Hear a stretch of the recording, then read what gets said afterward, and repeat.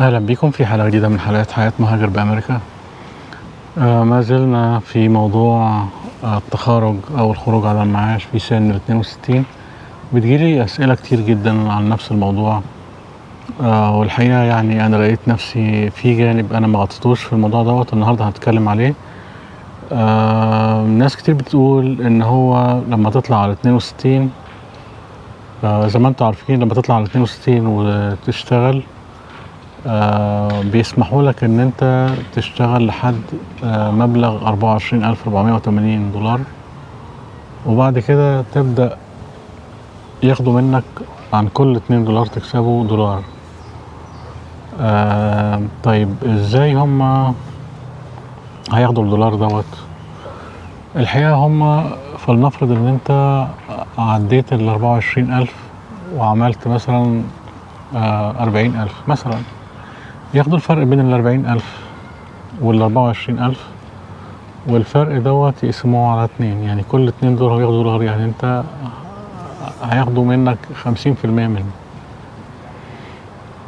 ال50% دولت السؤال اللي الناس بتسأله، هل ال50% دولت هيروحوا عليك هتدفعهم ضرايب، ولا هل انت هتاخدهم لما توصل ل67 سنة اللي هو السن الكامل بتاع المعاش؟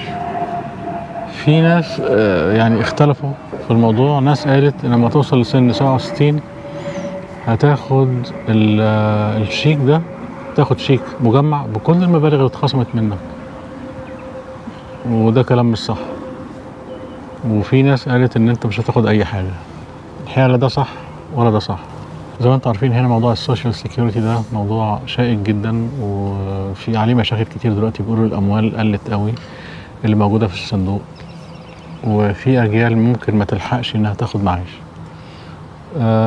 وفي زي يعني نقدر نقول عليها كده بينالتيز على الناس اللي هي بتطلع بدري، وبيخصموا منهم زي ما انتوا عارفين وقلنا قبل كده 30% بحالهم من قيمة معاشك.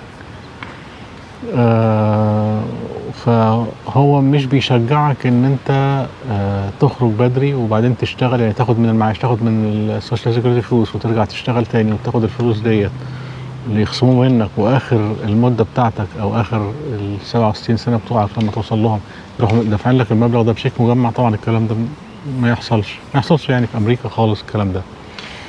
ايه اللي بيحصل؟ طيب لقيت ان اللي بيحصل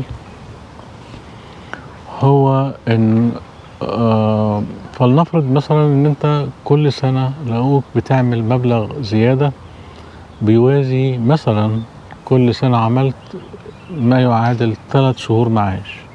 يعني هم قعدوا يخصموا منك، يخصموا وبعدين لقوك مثلا بتاخد $2,000 معاش، ده المبكر مثلا، فلقوا في اخر السنة ان انت 3 شهور ما يوازي 3 شهور، طب السنة اللي بعدها كمان 3 شهور، وهكذا.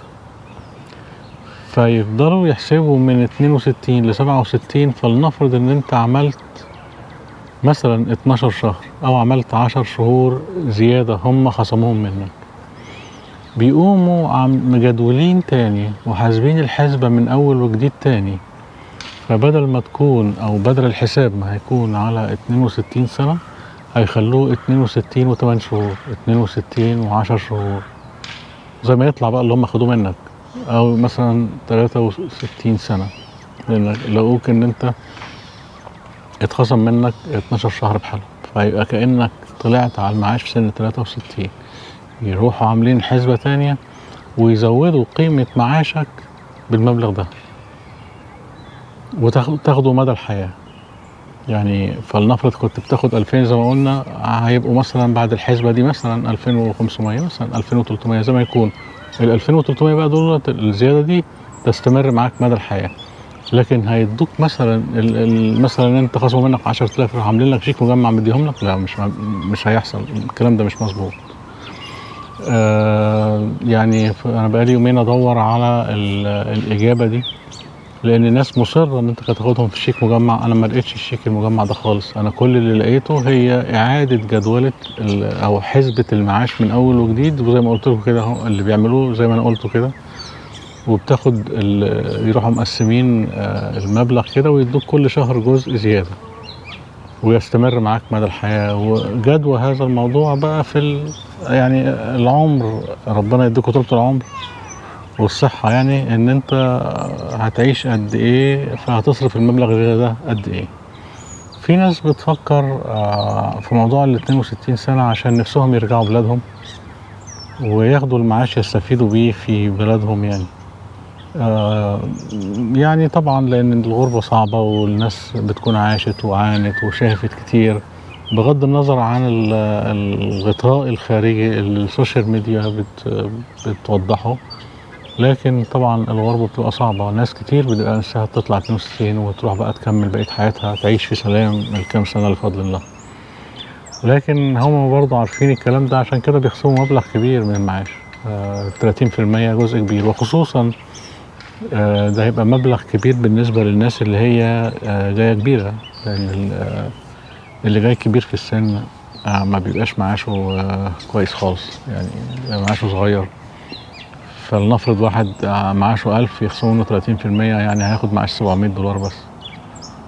ده مبلغ ما يعيش هنا خالص.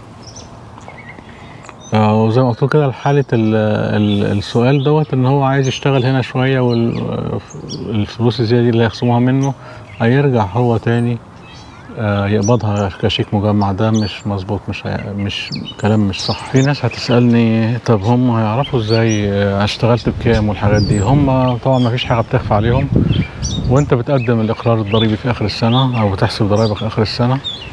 في نموذج هنا اسمه W2 بيبقى فيه الدخل بتاعك، فبيعرفوا بياخدوا نسخة منه وبيعرفوا انت كسبت كام بالظبط، فما فيش داعي للتخبية. هم هيعرفوا ده موضوع سهل جدا بالنسبة لهم يعني. الحقيقة 65,160 هو المبلغ المسموح لك تشتغل بيه في السنة الأخيرة اللي هتوصل فيها لسن 69. المبلغ ده هي السنة بس اللي انت هتكمل فيها سن 67، وفوق المبلغ ده هيخصموا منك $1 عن كل $3. معلومة تانية مهمة برضو لازم اتكلم فيها، وهي هم هيخصموا ازاي المبلغ ده ولا انت هتدفعه؟ يعني انت هتاخد المبلغ ده وتروح دفعه؟ المبلغ اللي انت عارفه بقى ان انت لو كسبت مثلا 10,000 زيادة تديهم 5 وانت تاخد ال5 بتوعك، او ازاي هيحصل يعني؟